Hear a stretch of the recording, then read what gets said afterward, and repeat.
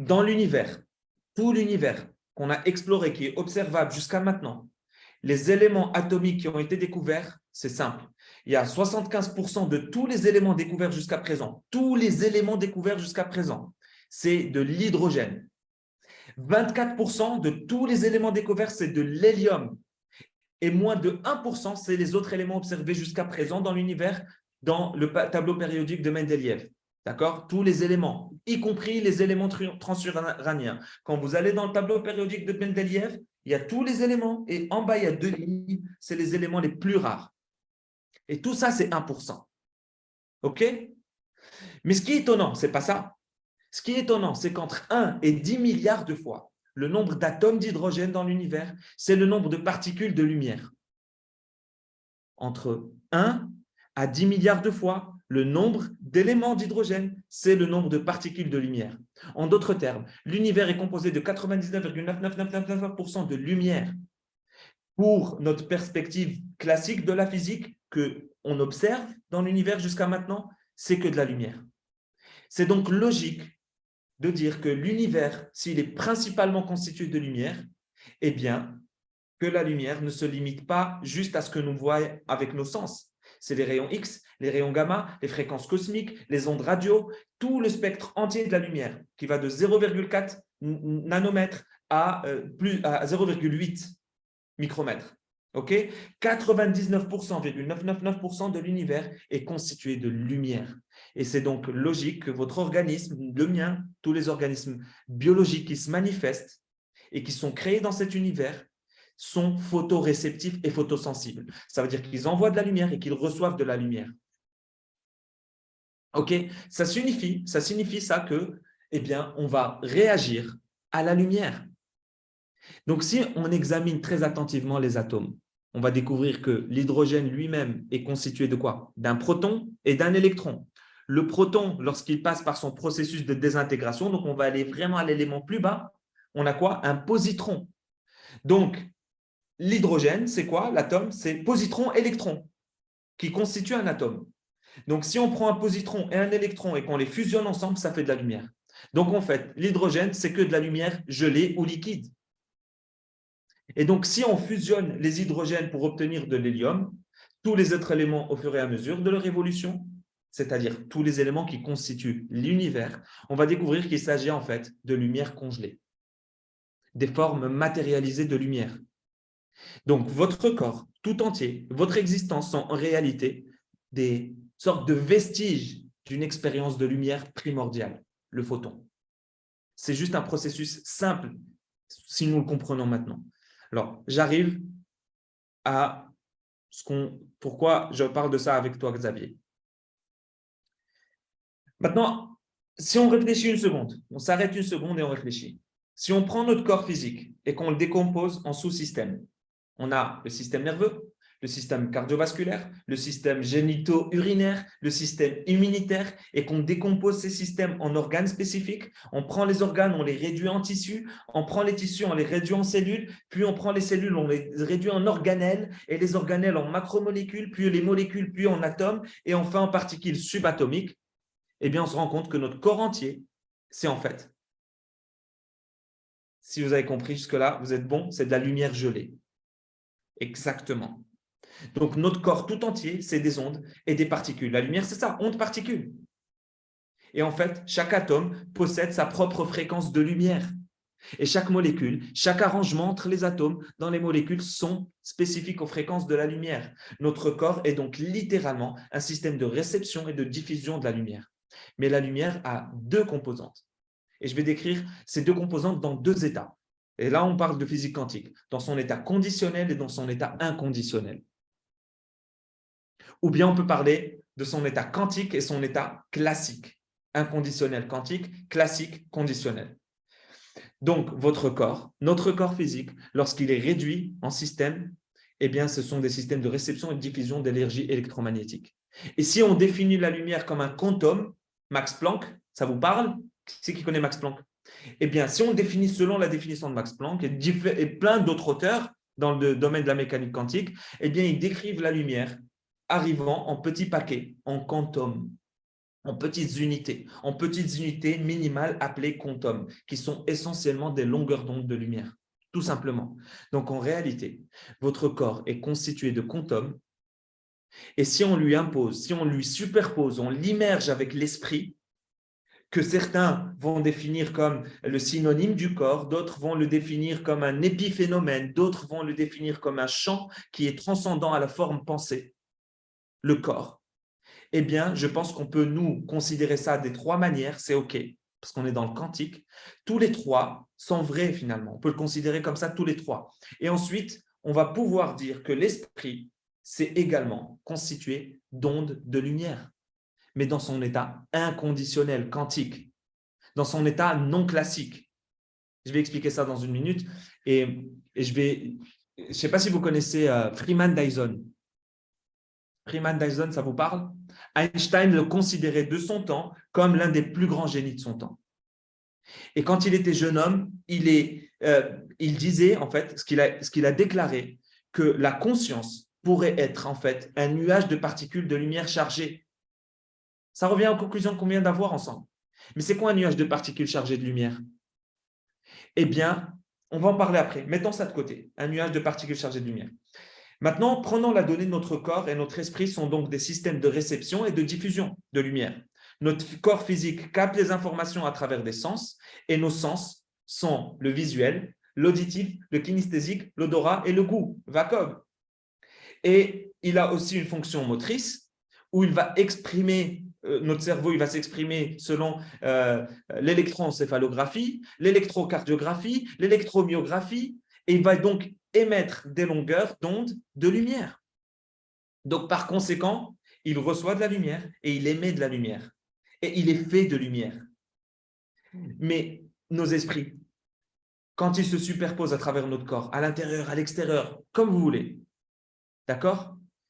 Eh bien, c'est également un récepteur de lumière et un émetteur de lumière, donc d'ondes électromagnétiques. Et dans ce sens, il va projeter la volonté par la pensée, par la lumière. Votre volonté est projetée par la lumière. Donc, lorsque notre esprit, notre corps émet des pensées, émet des idées, c'est aussi un système de réception et d'émission sous forme de conscience et de volonté.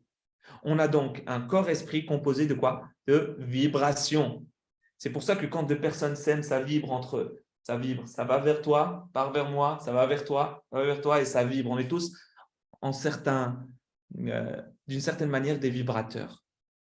Ça vous aimez, je sais, les coquins. Donc, et ça peut faire rire, mais c'est vrai, on vibre. On est tous des vibrateurs. Donc, finalement, notre corps et notre esprit sont quoi? C'est des systèmes vibratoires qui s'accordent avec les systèmes vibratoires dont l'univers est composé. En gros, c'est des systèmes vibratoires lumineux qui vont recevoir des émissions très spécifiques et il y a certaines choses qui vont émettre des vibrations, qui vont abaisser les vibrations et ça, on va en parler plus tard. Mais revenons à la longueur d'onde. Puisque l'ensemble du corps et de l'esprit, c'est littéralement tout ce qui se manifeste dans l'univers observable est fait de vibrations, d'atomes, tout est constitué d'ondes. Il y a un mathématicien de Broglie qui a travaillé sur les fonctions d'ondes. Et il a matérialisé où se trouvent ces vibrations en fonction de la fonction d'onde. D'accord? C'est une équation simple qui est comprise par tous les physiciens. Et là, il ne s'agit pas de vagues limitées, une onde. Comme quand on passe à une vague d'eau, ce n'est pas une onde comme de l'eau. Ce sont des vagues qu'on appelle dans des équations mathématiques complexes. Qui c'est ici qui a fait un peu de maths? Qui connaît les nombres complexes? Un nombre complexe, c'est ce qui est formé d'un nombre, partie réelle, partie imaginaire. On ne veut pas rentrer là-dedans parce que sinon, on va être perdu. Donc, l'idée, c'est quoi? Pourquoi on parle d'ondes complexes? Parce qu'elles ont une fonction réelle, parce qu'elles ont une fonction imaginaire. D'accord? Et donc, on ne va pas parler de ça parce que sinon, on va rentrer dans les sphères de Riemann tridimensionnelles. Enfin bref, l'espace de Hilbert, on appelle ça. Mais le but, c'est de garder en tête que ce sont des phénomènes ondulatoires. Et donc, par conséquent, notre réalité, ce que nous observons par le biais de nos sens, on a affaire à des ondes et donc notre état spirituel, notre état quantique, comme Deepak Chopra le décrivait, notre esprit sans âge est un esprit intemporel, un corps sans âge. On a également affaire à des ondes complexes là-dedans, dans notre esprit. on a donc en un sens des ondes simples et des ondes complexes qui constituent notre esprit. L'un, c'est un état inconditionnel, quantique, et l'autre état conditionnel, mais toujours constitué de vagues. Et si on regarde une vague, d'accord, si on la prend comme ça, ce qui est étonnant avec les vagues, c'est que la longueur d'onde complète, une longueur d'onde, c'est une partie de la vague qui se répète à chaque fois. Donc, on prend une longueur d'onde, on coupe la vague avec une longueur d'onde, eh bien, on va se rendre compte qu'une longueur d'onde complète, on peut la séparer en photons, cette particule de lumière, en deux composantes. Lorsqu'on sépare cette vague, il devient ce qu'on appelle le positron et l'électron, qui sont des paires complémentaires d'antiparticules. Maintenant, si on remet ensemble ça, boum, si on fusionne positron, électron, lumière. Si on les sépare, matière. Si on les fusionne, lumière. Si on les sépare, matière. Si on les fusionne, lumière, inconditionnel, quantique. Si on les sépare, conditionnel, mesurable. Immesurable, non mesurable, mesurable. La lumière, c'est elle-même une force, c'est une énergie. Si on les sépare, on fait de la matière. Donc, la lumière, c'est quoi? C'est de la force, de l'énergie ou de la matière. Et l'énergie, c'est un mot très particulier parce qu'il vient de deux racines, et ce qui signifie être, d'accord? En, être, en latin, et erg, qui signifie force. Donc, l'énergie, c'est le terme moderne que les scientifiques ont pu prendre pour appeler ce qu'on appelle l'esprit. C'est la même chose. Et donc, jusqu'à aujourd'hui, personne ne sait ce qu'est l'énergie. C'est juste une substance métaphysique impondérable comme Newton le décrivait dans la physique classique. Mais en ce qui me concerne aujourd'hui, ce qu'on veut apprendre, nous, c'est qu'un esprit, dans ce sens, c'est la force ou l'énergie du ici et maintenant, peut-être qui est séparée en dualité, matière, positron, électron. Et donc, l'esprit sans matière et sans expression dans le monde classique, pour qu'il s'exprime, il faut qu'il devienne matière. Il est sans mouvement dans le monde quantique, la lumière, sans mouvement dans le monde quantique. Et quand on veut avoir l'esprit et la matière dans notre concept complet, eh bien, on parle d'existence. C'est là où on touche à l'existence. Est-ce que vous me suivez jusque-là ou c'est trop compliqué? Un peu? Ok, j'arrive au point essentiel. Pourquoi? Parce que là, on va mettre d'accord les mécanistes, d'accord? Ceux qui sont que dans la matière et les vitalistes. Ceux qui ne reconnaissent pas la mécanique, les vitalistes ne reconnaissent pas la mécanique, les mécanistes ne reconnaissent pas les vitalistes, mais c'est incomplet, les deux sont incomplets. Donc, on veut avoir un système complet. Et ce qui est étonnant, c'est que si on prend d'ailleurs, si on sépare le photon, la particule de lumière, qui est intemporelle, éternellement présente, d'accord? Et si on la sépare en positron et électron, on va les placer dans le temps et dans l'espace. Donc, au début, on ne peut pas la situer dans le temps et dans l'espace. Et ensuite, quand on les sépare, pour qu'elles s'expriment dans la matière, ça devient spatial et temporel. Et ça a une charge, positron, positif, électron, négatif. On arrive, pensée négative, pensée positive. On y vient, votre esprit est lumière. Quand on sépare ça, on est dans la matière. Est-ce que ça commence à faire sens? Ça commence à prendre du sens là? Ok, cool. Donc, là, j'aimerais que vous réfléchissiez à ça. Quand c'est un photon d'énergie, l'esprit, il est intemporel, il n'est pas soumis à l'espace, il n'a pas de masse, il n'a pas de charge. Intemporel, sans masse, sans espace, sans charge. On dit timeless, spaceless, chargeless. OK? Timeless, spaceless, massless, chargeless. Donc, lorsqu'on le sépare, il commence à se remplir d'espace, d'énergie, de charge et de masse. Donc, si on prend un photon de lumière qui est esprit et énergie et qu'on le sépare en matière, et en fait, ce qu'on fait dans un monde classique, ça devient mesurable. Qui a entendu parler de l'équation de Schrödinger? Le chat de Okay. Schrödinger? Yes, exactement. Donc, quand on mesure le chat de Schrödinger, qui est une énergie spirituelle, et qu'on le mesure, et qu'on le met dans un aspect matériel, on ne peut pas le voir vivant et mort. Dès qu'on le mesure, on voit soit il est vivant, soit il est mort. On a figé son état. Non, non matérialisé versus matérialisé. Exactement, exactement. Conditionnel, inconditionnel. Donc maintenant, vous avez pris l'esprit et vous le déplacez dans la forme. Et dès que vous le déplacez dans la forme, vous avez de l'espace, vous avez le temps, vous avez l'énergie, vous avez la matière. Et on appelle ça le monde conditionnel. Le monde conditionnel réel qui est enregistrable par nos 5 sens. OK?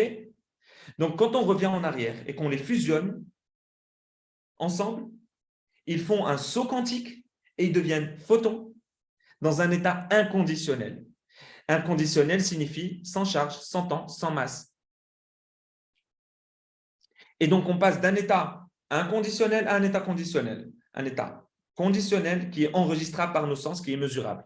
Et quand il retourne dans son état inconditionnel, eh bien, nos sens ne peuvent pas le gérer. Un état inconditionnel, c'est l'état dans lequel moi, ici, et ce qu'on a vu, définit la lumière. On peut définir la lumière comme ça, dans son état inconditionnel. Donc, je ne sais pas si vous avez déjà entendu parler de John Wheeler. C'est un scientifique américain.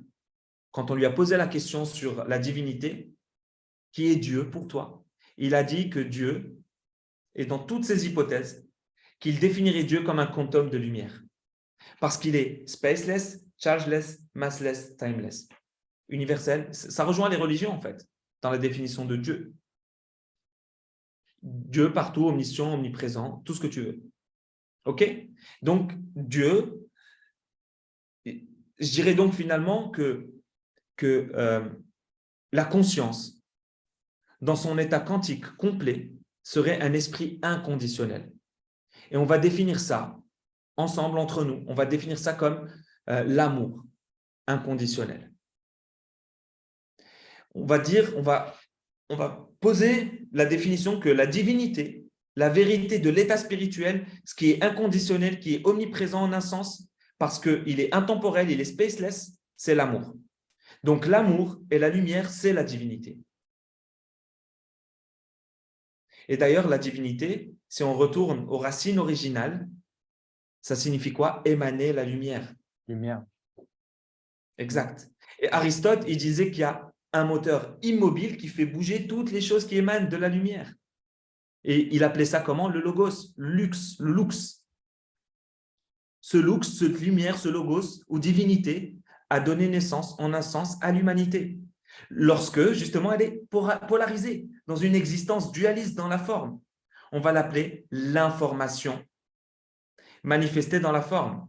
Et toute information est simplement une superposition d'ondes. Donc, vous dites, où est-ce que je vais? J'y arrive.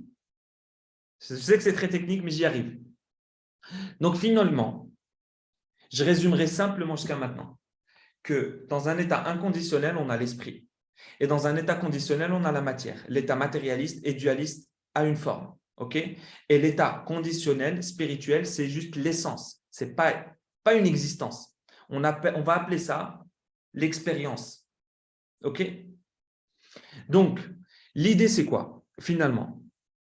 Maintenant qu'on sait que notre corps et notre esprit est constitué d'états conditionnels et inconditionnels de lumière, ça signifie, lorsqu'ils sont dans un état inconditionnel, ils ne sont pas mesurables. Mais lorsqu'ils vont dans un état conditionnel, ils sont mesurables. Mais lorsqu'on est dans un état conditionnel, on fonctionne toujours pleinement comme un quantum complet. D'accord? Prenez note que le quantum, c'est quoi? Le quantum, c'est quoi? C'est que toute conscience se présente sous forme de quanta. Le quanta, c'est de l'information complète. Le quanta, c'est l'unité minimale de la conscience, qui est en fait le quantum. L'unité minimale de notre existence physique, c'est aussi le quantum. L'unité minimale de toute existence, c'est aussi le quantum. On l'a vu que tout est lumière. Et donc, ce qui signifie que lorsqu'on prend le photon et qu'on le divise en positrons et électrons, vous savez maintenant que c'est l'esprit, eh bien, prenez conscience que notre esprit a deux aspects, positif et négatif. Et ça signifie que ces deux aspects, positif et négatif, nous, on les appellerons et dans l'équation du bonheur positif et de la tristesse négative. L'esprit a donc en un sens le bonheur et la tristesse, l'exaltation et la dépression, le positif et le négatif, l'attraction, la répulsion, l'autosatisfaction quand il se construit ou l'auto-insatisfaction quand il se rabaisse. Et peut-être que vous avez vécu tous ces états. Qui c'est qui n'a pas vécu tous ces états? Personne. Personne ne peut dire ça. Donc, en essence, on a tous ces états-là. Carl Jung, vous connaissez Carl Jung? Tout le monde connaît Carl Jung. OK. Eh bien, il avait deux professeurs, mis à part celui qu'on connaît tous. Il avait un qui était théologien, qui est un mystique, kabbalistique, qui s'appelait, je ne sais plus, Shalem, bref, je ne me rappelle plus du nom, et un autre qui était physicien, un physicien quantique qui s'appelait Dorn. Et son travail sur le… c'est un mot latin, je l'ai perdu. Enfin bref, il a fait un travail où il a exploré les deux domaines. Il a exploré et synthétisé cette union alchimique. Il a synthétisé la science et la religion pour discuter de la lumière. Ça fait 5 ans que je suis passionné par la lumière et je suis convaincu aujourd'hui que le photon de lumière, dans son état non mesurable, c'est de l'amour spirituel. Un photon de lumière, une fois qu'il est déplacé dans un nuage de particules chargées, est mesuré l'un sans l'autre. En physique, on appelle ça l'équation de Schrödinger. À la seconde où vous le mesurez, vous aurez soit un côté, le chat est vivant, soit l'autre, le chat est mort. Mais vous n'aurez pas les deux côtés. Donc, lorsque vous mesurez votre réalité, vous l'appelez soit bonheur, soit vous reniez une partie parce que nos sens ne sont pas capables de tout voir. Vous l'appelez tristesse. On mesure tristesse ou on renie le bonheur. Mais en réalité, chaque être humain, c'est simultanément les deux, plein d'amour et de quantum. À l'intérieur de notre cœur, il n'y a rien d'autre que de l'amour. Mais nos émotions, notre esprit, dans son état dual, la dualité, il aura tendance à polariser l'un ou l'autre. Et on va avoir une hypothèse, on va mettre une hypothèse qui est une illusion, que dans un sens, on va voir le monde comme dans son état de bonheur ou de tristesse. Et à chaque fois qu'on va prendre un quantum potentiel complet, que nous le dissipons, un quantum, on le dissipe pour le transformer en énergie cinétique sous forme de matière, de mouvement, eh bien, on va dissiper automatiquement la force quand on nie la moitié de son existence. On perd de notre force. Et je veux affirmer ici, important, que ce qui peut vous sembler étrange par rapport à ça, est ce que la plupart des gens vont ignorer, que la sagesse, c'est les deux. La sagesse, c'est quand tu es altruiste et égoïste. La sagesse, c'est quand tu aimes et tu haïs. La sagesse, c'est quand tu as toujours les deux parties de l'équation. Parce que tu te connectes à la sagesse de la lumière. Qui ici préfère faire confiance à la sagesse de la lumière plutôt qu'à son esprit, ses 5 sens, limités dans la matière, dans la dualité? Et c'est ça que je dis à chaque fois. Et je reviens à notre sujet de base, Xavier, que tu as les deux en toi. Quoi que tu fasses pour les fuir, elles te rattraperont. Tu veux être que altruiste, ton côté égoïste va se rattraper et va venir s'exprimer par compulsion. Parce que tu ne peux pas fuir ça. Tu es les deux. Le seul moyen de partir vers la lumière, c'est de reconnaître les deux parts en toi et de les utiliser pour devenir lumière. Et quand tu deviens lumière, tu ne brilles pas. Tu es dans un espace où tout brille.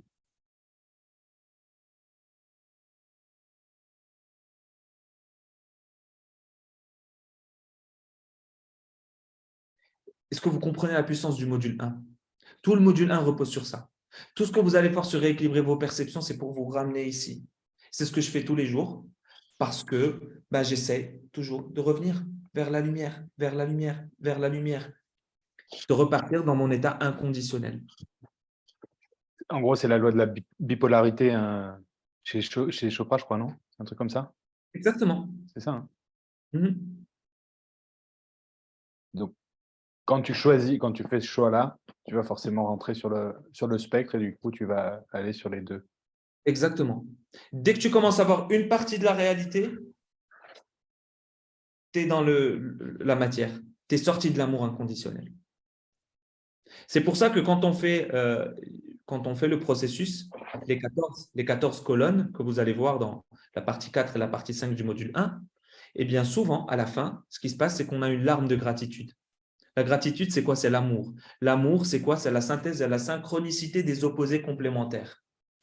Et donc, c'est impossible de faire les 14 colonnes et de ne pas avoir une larme de gratitude. La larme de gratitude, c'est le signal que tu viens de synthétiser tes photons, tes électrons et tes positrons dans ta tête, dans ton esprit en lumière.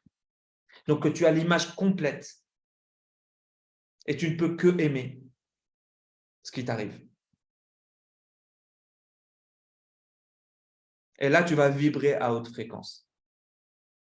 C'est normal. Par contre, tu ne vas rester que en basse fréquence lorsque tu prends une partie de la réalité. Oh, lui, il aime l'argent, mauvais. Ah, lui, il n'aide pas les gens, mauvais. Tout le monde aide et n'aide pas au même degré. C'est juste que nos sens ne sont pas capables de tout voir. Nos sens sont un phénomène quantique qui mesure un autre phénomène quantique. Nos sens, dès qu'il va mesurer un photon, il le transforme automatiquement en positron ou en électron. Automatique. Dès que tu vas essayer de mesurer, tu transformes en positron, électron. Donc, tu ne vois que une partie. Et tu ne peux pas mesurer par tes sens les deux côtés simultanément. On ne peut pas utiliser ça. On ne peut pas mesurer ça. On ne peut mesurer qu'un côté en tant que tel et notre réalité devient insaisissable. On devient ignorant. Nous vivons dans une illusion. Les hindous, ils appellent ça l'illusion.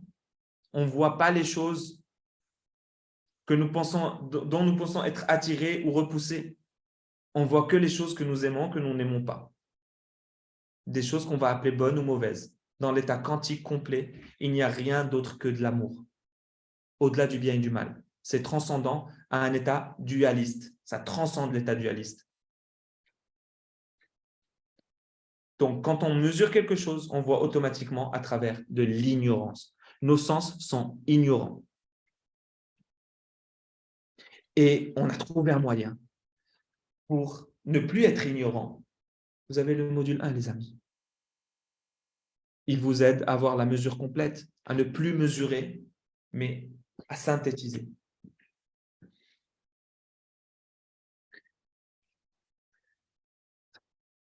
Ça te parle, Xavier?